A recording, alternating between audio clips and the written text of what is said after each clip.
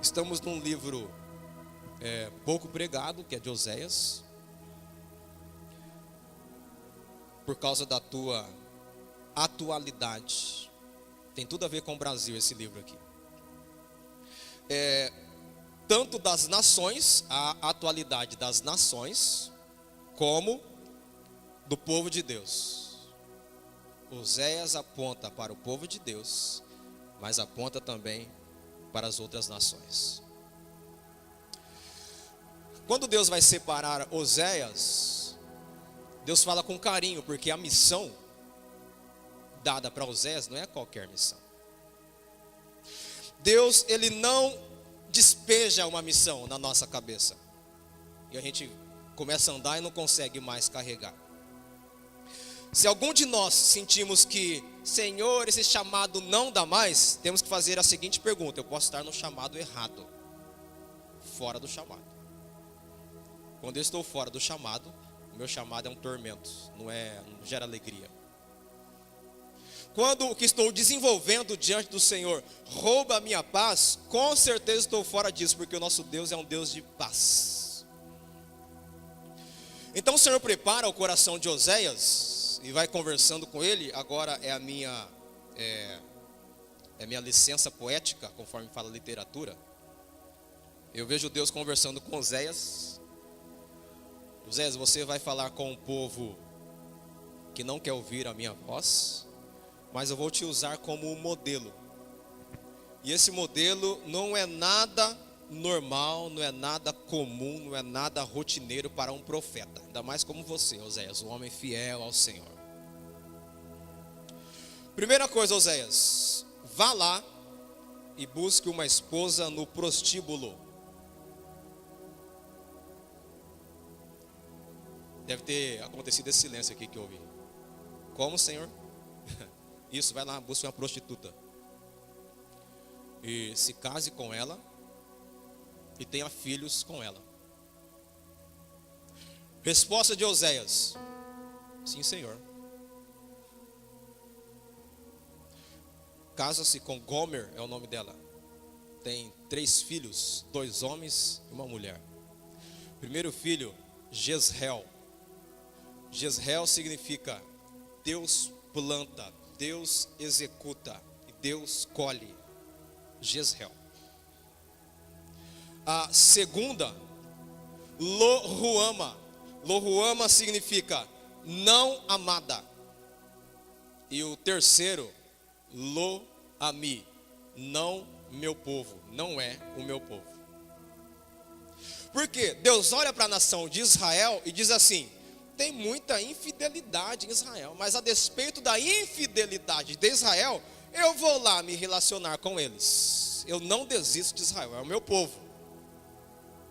Aí Deus pega Oséias como modelo e fala: tua esposa será uma prostituta, os teus filhos terão esses nomes aí, porque tudo isso agora, Oséias, representa o perfil do meu povo, a prostituta, que se prostituiu com outros deuses. Aí Deus destaca uma tribo, dentre as tribos que foram esparramadas ali, e pega a tribo de Efraim, o meio de todo o acampamento, ou de todas as tribos, e pega Efraim como modelo. Por isso que quando você lê o livro de Oséias, você várias vezes Deus falando de Efraim, Efraim, Efraim, mas está falando na verdade de parte do reino, o reino que ficava no norte, 10 tribos. Aí pega Efraim como modelo. Aí quando pega Efraim como modelo, no verso 8 do capítulo 7, que está aberto aí, Deus fala assim, verso 8, diz: Efraim mistura-se com nações. Efraíns é um bolo que não foi virado. Vamos ler todos juntos? 1, 2, 3. Efraim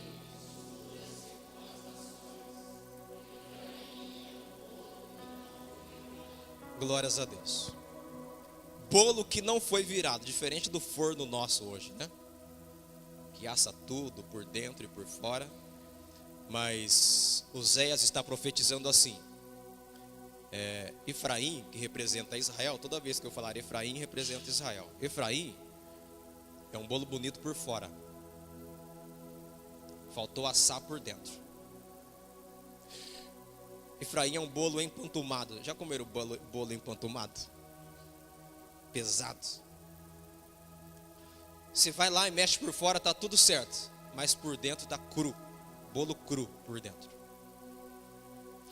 Por que Efraim ele é um bolo que não foi virado? Porque ele se misturou com outras nações. Ele quer se identificar com os povos que estão em volta. É a política da boa vizinhança, inclusive no mundanismo. Temos que ser bons vizinhos? Não bons, ótimos vizinhos.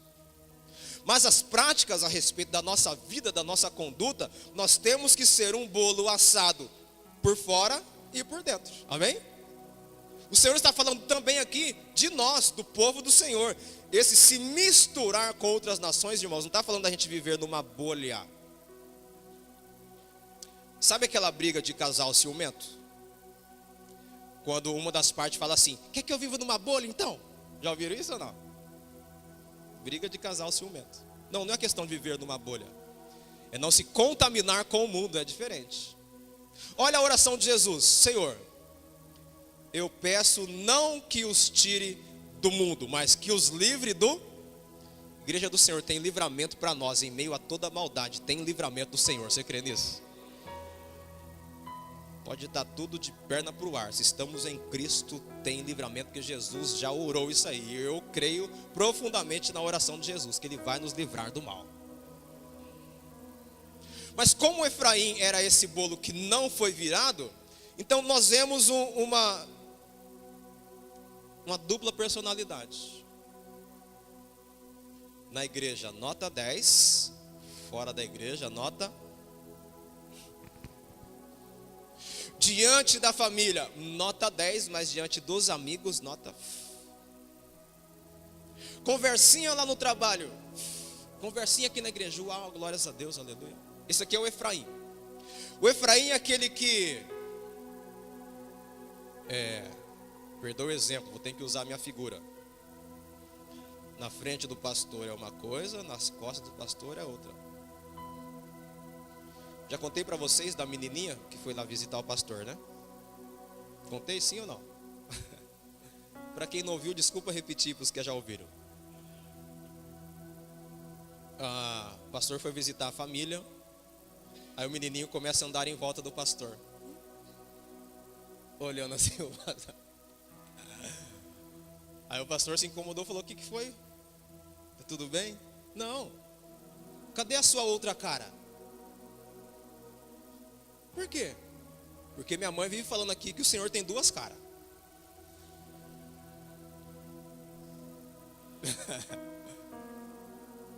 Ai, Senhor. Criança, irmãos, criança é nota 10. Fala mesmo. Efraim é uma conversa na igreja, outra conversa em casa, nos grupos. Irmãos, e pensa no pastor resolvido, sou eu. Já ouviram aquele termo de: ai, minha orelha hoje está queimando, acho que... O que falam mesmo? Acho que estão? Ô, superstição, né? Minha orelha é de boa, irmãos. Não sei se estou bem na fita assim mesmo, sei lá, velho. Tá tranquilo minha orelha. Mas o Efraim, ele não conseguia ter essa fidelidade, ele não conseguia ter essa firmeza. Por quê? Eram atraídos pelas nações que estavam em volta. E por ter essa atração pelas nações que estavam em volta, eles foram se conformando e parecendo cada vez mais com essas nações. Vamos a mais um ditado popular e depois um versículo. Me diga com quem tu andas, me responda o seguinte, como é que é o restante? Isso é bíblico. 1 Coríntios 15, 33. As más companhias corrompem os bons costumes. Irmãos, se eu ando com quem gosta de meditar, estudar a palavra e folheia para cá e faz estudo e isso, e mergulha e aprende mais de Deus, a tendência dessa minha caminhada é ter o mesmo gosto que essa pessoa tem. Se as pessoas que eu ando é pessoa de oração, de renúncia, de jejum, de vida com Deus, de testemunho, de fugir da aparência do mal, a tendência do meu comportamento vou copiar esses irmãos também. Só que o contrário é verdadeiro. Se as minhas companhias não oram, acho que eu vou me importar. A conversa nunca vai ser sobre oração, nunca sobre jejum, nunca sobre estudo da palavra, nunca sobre comunhão, nunca sobre verdades, sobre a fé. Porque o grupo de convivência, ele está preocupado com o fantástico hoje à noite. Com quem ganhou o futebol. O que deu do Temer. O que vai acontecer com a JBS. Está preocupado com isso. O governo do Senhor está acima da mentalidade do governo Temer. O governo do Senhor está acima da, entre aspas, justiça que a empresa JBS está tentando apresentar para o mundo. Não nós fizemos. Não é o assunto do momento agora? Então por que não traz um alarme para nós como igreja do Senhor? Porque o trono do Senhor está nos céus e a terra é o estrado dos seus pés. Ele que governa, Ele que controla isso aqui. Então quando nós vamos olhando para essas circunstâncias, irmãos, e está tendo uma avalanche de desvio de conduta no Brasil, se nós não alertarmos a igreja, isso aqui entra facinho. A teologia chama isso de sincretismo. A gente copia lá de fora e traz aqui para dentro. E tem um monte de coisa acontecendo na verdade, né? Os cultos sincrético. Nome bonito, mas é isso. Copia lá fora e traz para cá. Sincretismo. Mas como Deus está chamando a atenção, Ele mostra primeiro onde está a falha. Preste atenção no verso 9, 10 e 11, aí do capítulo 7. Estrangeiros sugam sua força, mas ele não o percebe. Irmãos, olha para cá rapidinho. Nem pensei que tinha um comentário aqui. O Espírito Santo ele já dá um cutucão.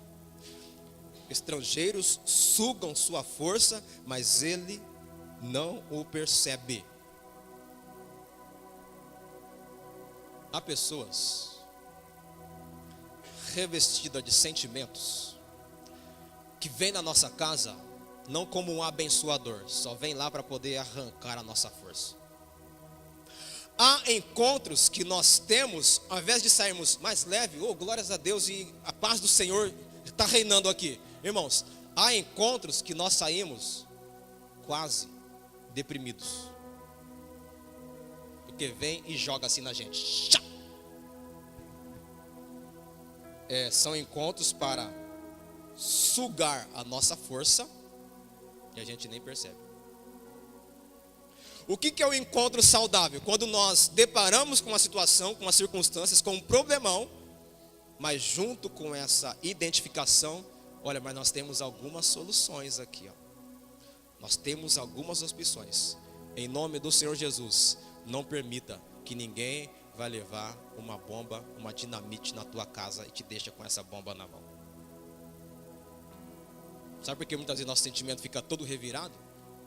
Porque muitas vezes nós somos abordados com esse tipo de visita. Irmãos, em qualquer aspecto, não se trata só da nossa convivência cristã.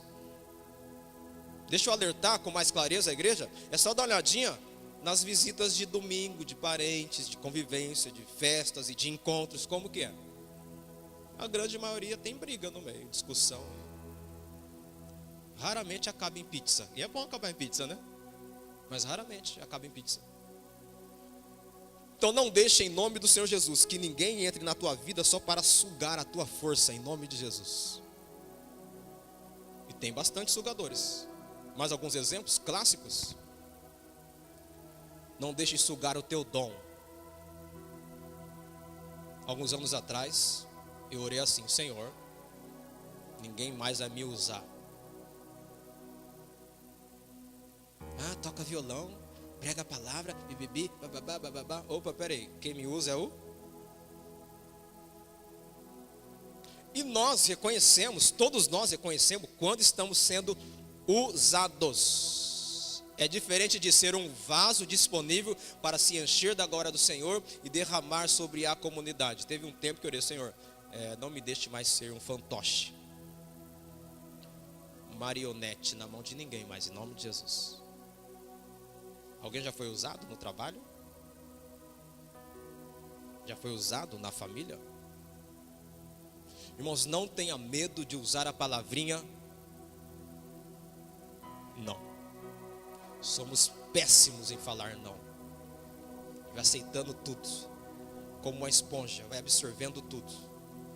Aí a pessoa sai caminhando, entre aspas, de boa, e a gente fica em casa arrebentado, porque vieram sugar a nossa força. Pastor, isso acontece, tem mentes falando isso aqui agora. Isso acontece no casamento, pastor? Meu cônjuge pode me sugar? A Bíblia diz que sim.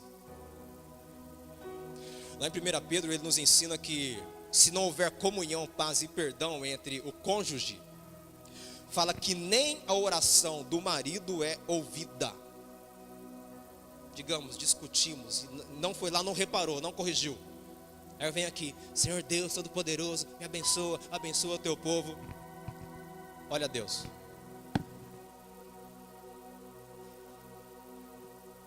Vai lá e se conserta, depois a gente conversa. Quando que o marido suga a casa? Quando que a esposa suga a casa? Quando não tem perdão, aí depois a gente vai lá, oi amor, sem reparar o negócio, tá entendendo? Irmãos, não tenha medo de usar lá a palavrinha, você me perdoa. A gente usa pouco essa palavra. A gente comete um monte de atrocidade, um ataque violento, não só, né, verbal, muitas vezes a mente ela vai lá. Jesus disse que quando nós odiamos, nós matamos a pessoa, né? A gente vai lá e não consegue falar a palavrinha, você me perdoa. Irmãos, nem que as primeiras vezes for sair entre os dentes, mas vai exercitando. Você me perdoa? Hã? Você dá aquela... Vai estimulando a pessoa a praticar isso. Sem perdão, nem nossas orações são ouvidas. Isso aí depois só vem para sugar a nossa força.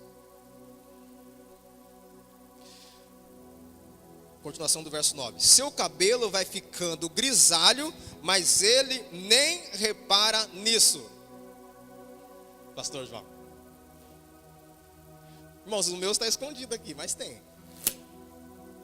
Da barba, esses dias eu peguei. Ô, Ninho, empresta uma pinça. Fui lá, tava feio os negócios.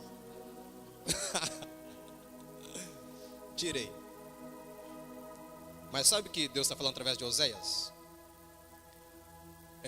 A idade está chegando, mas a maturidade não está chegando junto. Que coisa, hein?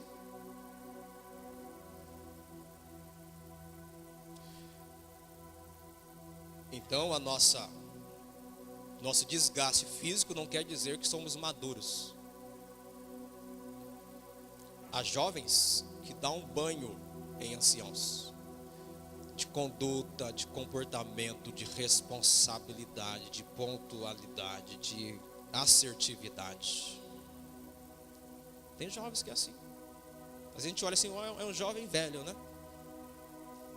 Mas o Efraim estava com o cabelo ficando grisalho, mas tendo a atitude de 12 anos. Vocês lembram do homem chamado Ló na Bíblia?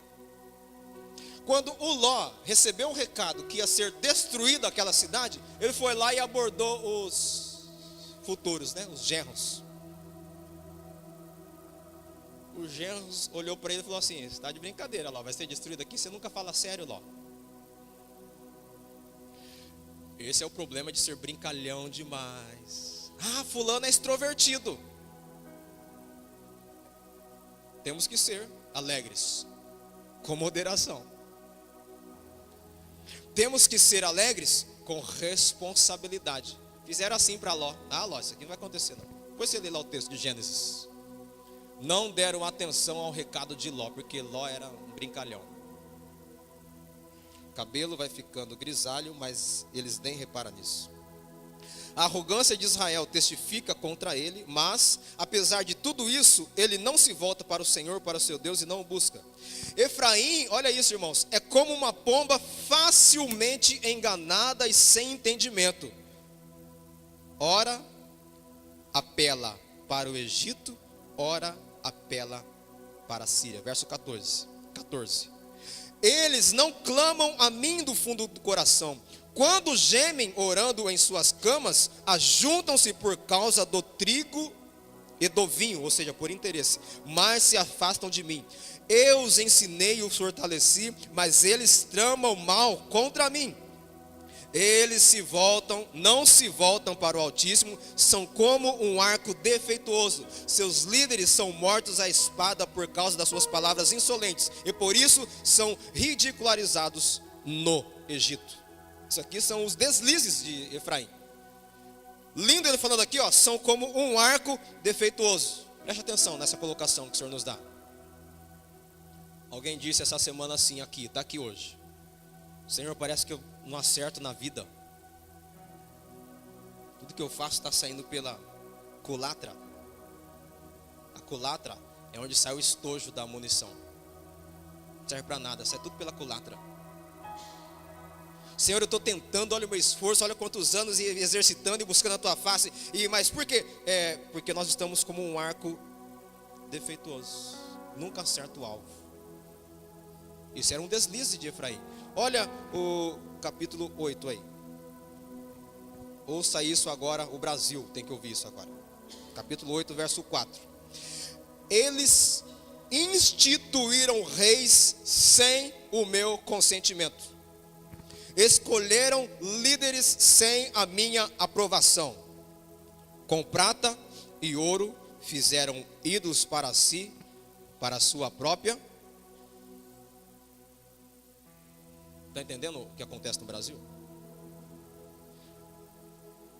Instituiu reis sem o consentimento de Deus. Irmãos, eu pergunto, até onde a democracia é bênção? Ser democrata, o povo fala, povo, cracia, governo. Até onde o povo mesmo pode falar? Lembra quando o Senhor olhou para Sodoma e Gomorra e falou: vou destruir Abraão, Sodoma e Gomorra. Olha o grito de Abraão: Senhor, se estiver 10 justos lá, o Senhor vai destruir? De forma alguma, Abraão. Irmãos, então 10 irmãos que verdadeiramente buscar a face do Senhor nessa nação, tem jeito. O Senhor está procurando justos. É isso que Ele procura na terra, justos. Façamos uma leitura da nossa vida. Estamos enquadrados nos justos ou estamos da massa, sendo levado pela massa? A conta de Abraão começou se tiver 50, 45 e foi abaixando até chegar no 10. Sabe o que a igreja entendeu a partir dessa oração de Abraão? A igreja lá na sinagoga, lá no tempo do Novo Testamento, logo quando os irmãos voltam, na verdade, do cativeiro babilônico, está se aproximando a chegada de Jesus, nasce a sinagoga. Eles escreveram assim, no estatuto deles: se não houver pelo menos 10 judeus, a gente não abre uma igreja. Porque na oração lá de Abraão, com 10 justos, o Senhor se manifesta. Continha simples, nossos irmãos fizeram, 10.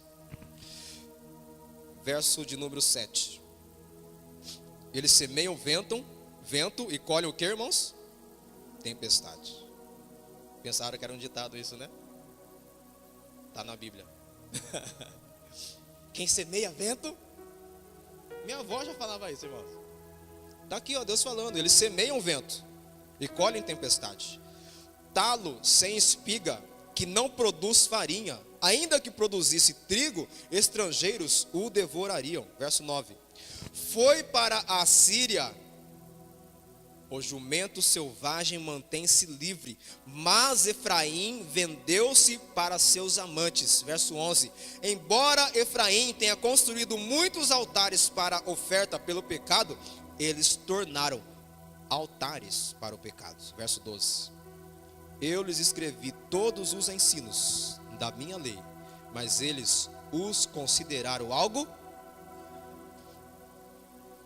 Esse verso 12 está falando assim para nós: pastor, eu não entendo nada na Bíblia. Está tudo em grego para mim.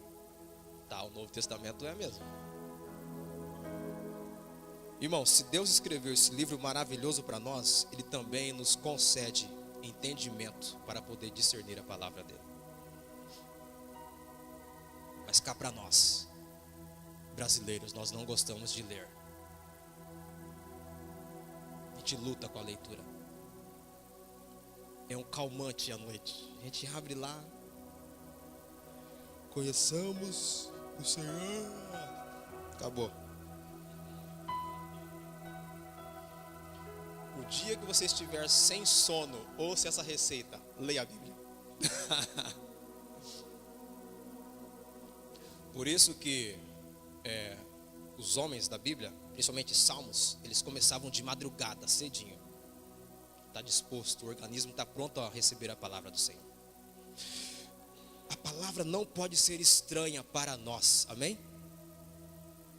Não pode ser algo, gente, nunca vi isso. Irmãos, uma vez que você ler inteiro, ou inteiro o livro sagrado, né?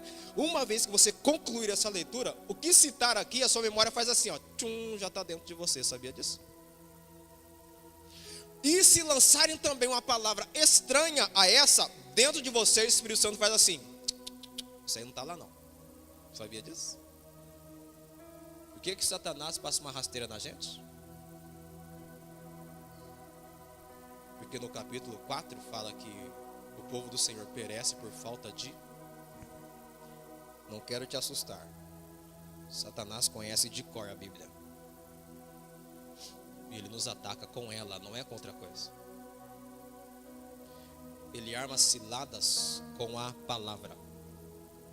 Só lembrar de Eva e só lembrar de Jesus na tentação. Eva. Não foi assim que Deus falou. É porque ele veio, olha só, ele veio pregar para Eva.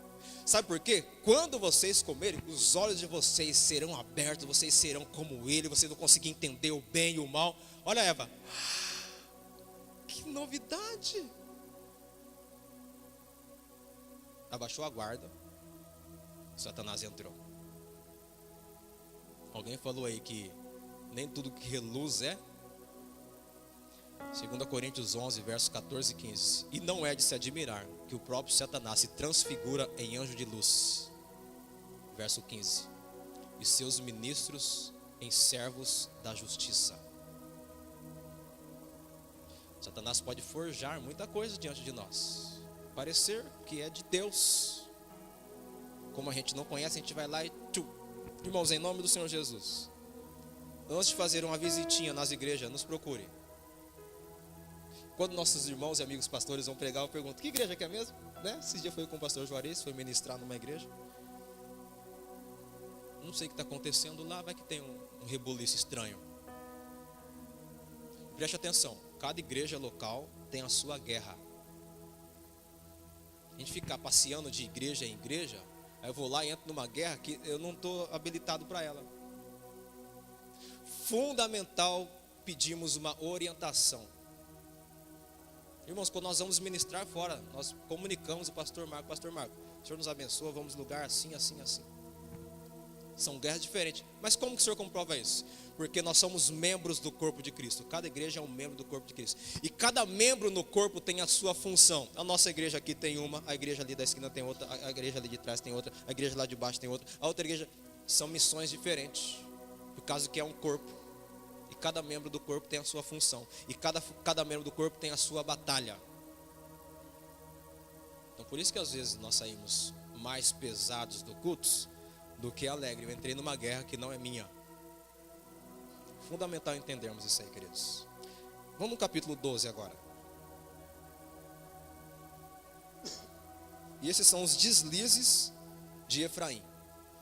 Capítulo 12, verso 1 diz: Efraim alimenta-se de vento, corre atrás do vento oriental o dia inteiro e multiplica mentiras e violência. Verso 7.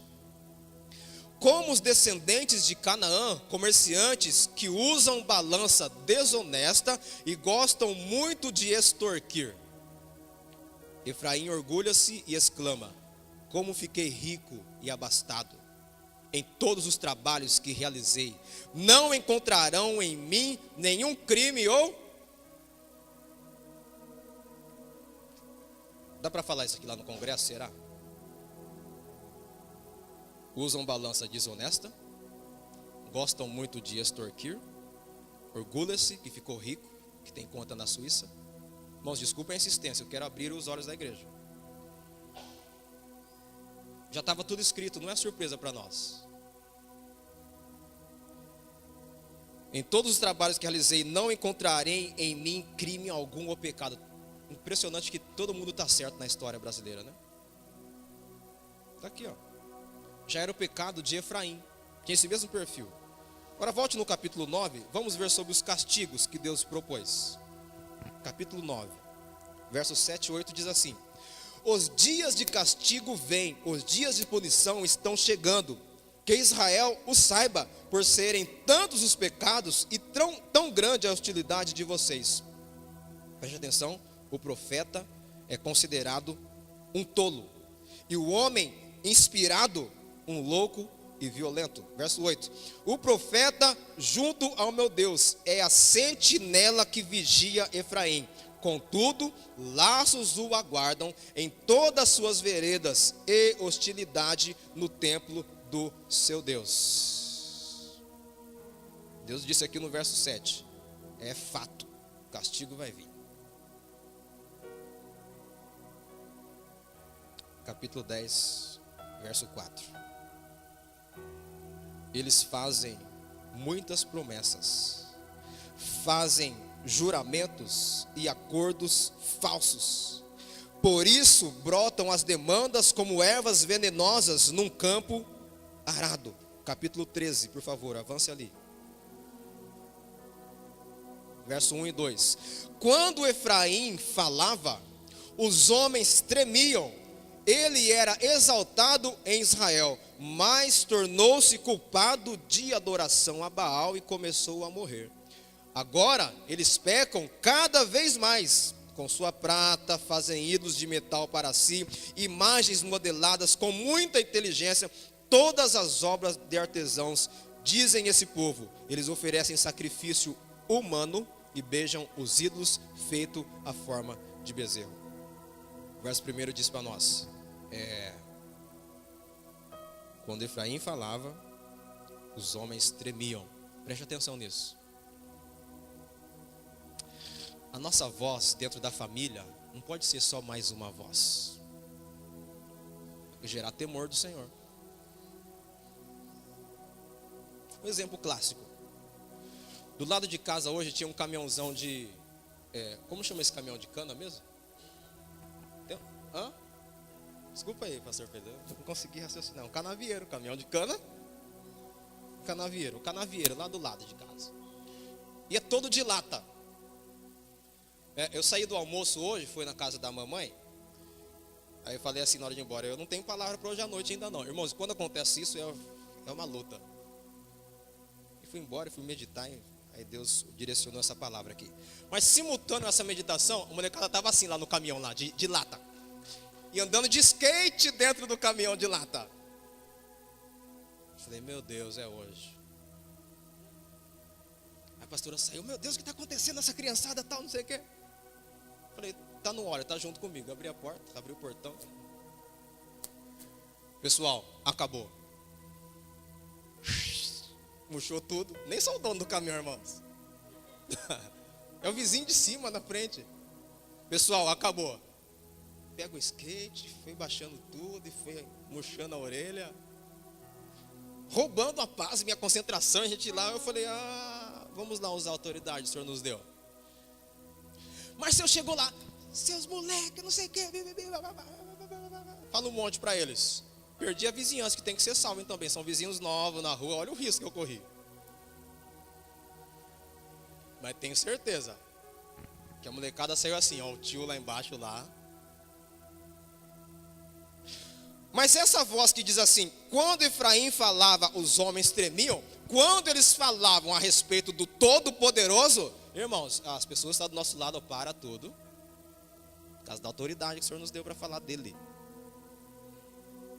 Quantas vezes somos escorraçados, envergonhados, mas do nome poderoso do Senhor Jesus, seja restituída a autoridade que o Senhor te deu, em nome de Jesus. Se o sal não salgar, Mateus 5, para nada mais presta, a não ser jogado fora e Ausência de autoridade. Sabe por que muitas vezes nos sentimos assim, brocochô, para baixo, ninguém nos ouve, ninguém nos vê, ninguém nos nota?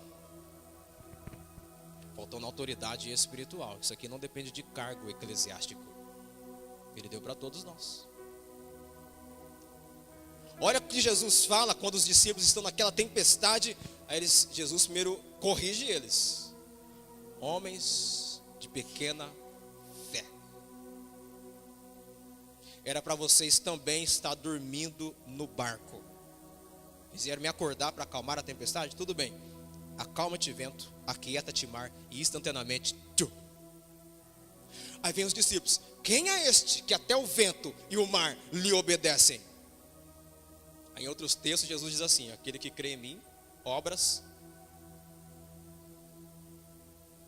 Estenda a mão por gentileza, em nome de Jesus. Pai poderoso, onde foi roubada a autoridade dos pais, das mães, dos servos do Senhor, daqueles que fazem parte do teu reino, em nome do Senhor Jesus eu declaro a restituição pela autoridade que o Senhor nos dá ouvindo essa palavra, Senhor. Que possamos nos readequar poderosamente à tua palavra, Pai Todo-Poderoso, mas restaura a autoridade da tua igreja, que se compromete com a tua palavra, em se envolver contigo, que não fica olhando para outras nações, ó Pai, que não é um bolo que precisa, que não foi virado. Nós queremos ser aqueles que têm a formação completa, que ouve a tua instrução e obedece. Então, em nome do Senhor Jesus, seja retirada a vergonha, a desonra, em nome do Senhor Jesus, e venha a tua unção, o teu óleo, a autoridade que vem do Senhor sobre nós, porque o Senhor já nos deu essa autoridade. E Satanás vai estar mesmo debaixo dos nossos pés, porque é através do teu nome que nós nos levantamos, ó Pai. Nós não apresentamos a nós mesmos, as nossas filosofias, é o teu querer, é a tua vontade. Então venha, Senhor, com autoridade e derrama sobre a tua igreja nessa noite, em nome de Jesus. Irmãos, o Espírito Santo diz agora, inclusive, alguns pais vão voltar a conseguir falar para os filhos. Não, agora não. A gente está cedendo demais, e as crianças estão subindo em nós. Irmãos, não é fácil ouvir não, mas é necessário. Que sejamos também coerentes quando dizer sim. Não precisa entrar num jogo, numa competição. É tão somente ter equilíbrio, moderação. Mas que nós estamos cedendo, nós estamos. O resultado é essa geração de hoje, desrespeitosa. Garotada que não respeita adultos. Estou preocupado, irmãos. Se elas estão respeitando os pais também em casa. Se gritou com o papai e com a mamãe, vai gritar com o professor, vai gritar com o policial, vai gritar com as autoridades instituídas pelo Senhor. Hebreus 13, toda autoridade é instituída por Deus. Se eu não trato agora, alguém falou alguns anos atrás, e eu gravei isso: cuidado para não estar criando um monstrinho em casa. Alguém já ouviu isso? É ou não é? Irmãos, e os monstros crescem rápido se não forem disciplinados. Essa voz aqui de Deus é uma disciplina. Faz parte. Irmãos, até para a igreja, Deus deixou um modelo em Mateus 18, como disciplinar a igreja. Lembram? Se alguém se rebelar, a Bíblia diz assim: vai lá, chama 2 testemunhas, leva o irmão, vai lá e tenta um reparo. Perdão, vai só você e ele. Se o teu irmão te ouvir, ganhou o teu irmão. Se ele não te ouvir, chama 2 testemunhas e fala lá: você me perdoa? Aí a pessoa fala assim: te perdoa não, foi muito grave. A Bíblia diz assim: agora leva para a igreja. Se ainda diante da igreja a pessoa falar assim: não vou perdoar esse irmão não, olha o que a Bíblia ensina: coloque ele de lado. Ele não é um para estar entre nós. Expulse o irmão. Não praticamos isso. gente tenta agir com bondade, com misericórdia, com graça. Mateus 18 fala disso. Disciplina na igreja, como que faz? Ausência de perdão, hein? Mas aqui a ideia do Efraim, que nós lemos em todos esses textos aqui, é lutar contra Deus. Eles não quiseram ouvir a palavra do Senhor. Mas mesmo assim, Deus vai lá e dá um chamego neles. Vai no capítulo 11 para você ver. A gente já está caminhando para o fim. Capítulo 11, verso 1 em diante, diz assim: quando Israel era menino, eu o amei, e do Egito chamei o meu filho. Mas quando eu o chamava, mais ele se afastava de mim. Eles ofereceram sacrifício aos Baalins e queimaram incenso para os ídolos esculpidos. Mas fui eu quem ensinou Efraim a andar, tomando-os nos seus braços, mas eles não perceberam. E fui eu quem os curou e os conduzi com laços de bondade humana e de amor. Tirei do seu pescoço o jugo e inclinei para alimentá-los. Verso 8 e verso 9. Como posso desistir de você, Efraim? Como posso entregá-lo nas suas mãos e de outros, Israel? Como posso tratá-lo como tratei Adimá? Como posso fazer como fiz com Zeboim? O meu coração está enternecido, despertou-se toda a minha compaixão. Não executarei a minha ira impetuosa, não tornarei a destruir Efraim, pois sou Deus e não homem, o santo no meio de vocês, não virei com ira. Olha o que Deus está falando. Vocês pecaram um montão mesmo. Fizeram o que fizeram até agora com a iniciativa própria, não ouviram mesmo. Aí vem Deus e fala assim: como que eu vou te destruir se eu te amo? Como eu vou te destruir se toda a minha compaixão despertou a teu respeito? Bom, sabe por que nós estamos vivos aqui ainda? Bondade, compaixão do Senhor. Compaixão do Senhor. Diante de Deus não tem ninguém bom, igual diz Eclesiastes, até que tudo termine. Melhor é o final das coisas do que o começo. É o Senhor que nos atraiu, que nos amou. E para concluir, volte no capítulo 2 agora, por favor.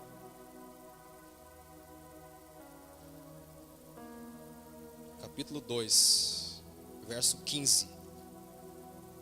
Essa é a leitura mesmo de Oséias. Isso aqui é uma conclusão no capítulo 2, sabia disso? Oséias 2,15 diz assim: ali devolverei a ela as suas vinhas, e farei do vale de Acor uma porta de esperança. Ali me responderá como nos dias de sua infância, como no dia que saiu do Egito. Só esse verso aí. Pode fechar a Bíblia, por favor. Queridos irmãos, Deus fala tudo o que acontecer, mas lá no começo, Isaías diz que ele anuncia o fim no começo. Eu vou fazer desse vale de Acor. Sabe o que é vale de Acor? É um vale de problemas. Acor significa, no hebraico, problema. Alguém tem problema aí? Quem não tem? Mas olha o que Deus está falando. Está vendo esse problema que você tem hoje? Esse problema moral, espiritual, conjugal, profissional, estudantil, sentimental, emocional. Você pode fazer a tua lista aí de problema hoje. Aí Deus fala assim: está vendo esse vale que é só problema? Vale, irmãos, é o intervalo entre dois montes. Para sair dele, pastor João, você tem que subir. E para subir vai exigir também esforço. Aí Deus fala assim: está vendo esse monte de problema que você tem? A promessa dele, isso aqui é uma voz profética de Deus. Eu vou transformar isso aí tudo, Oséias, fale para eles, numa porta de esperança. Então sabe essa luta toda que você está convivendo, esse transtorno todo, e alguns disseram assim: Senhor, não sei o que eu faço mais. A resposta do Senhor para nós hoje é nessa noite: Ele tem uma porta de esperança. Você entende isso?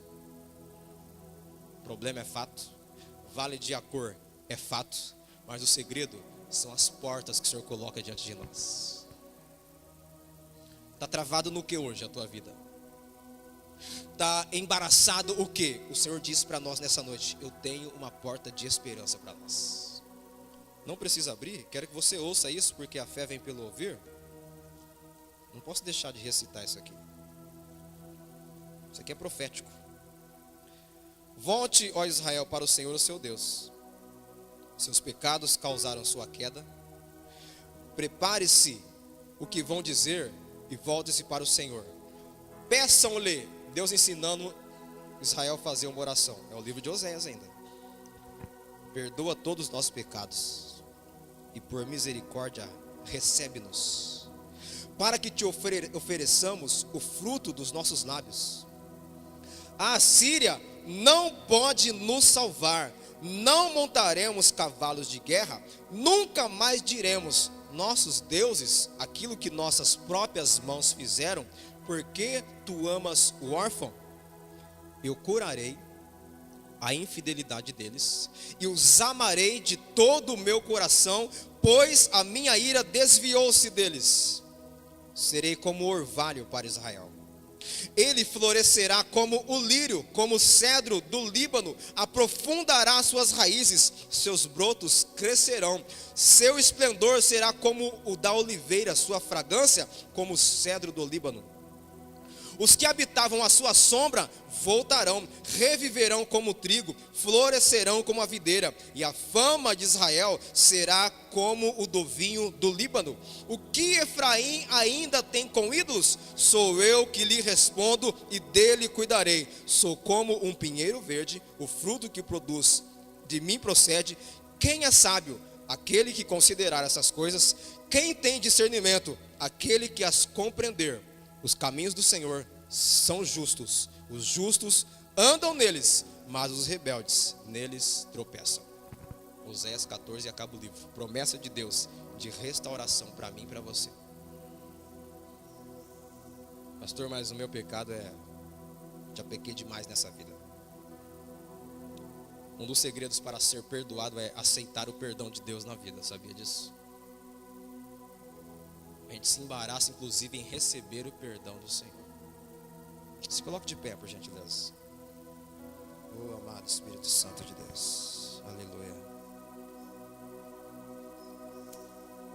Ele muda o vale de Acor em uma porta de esperança.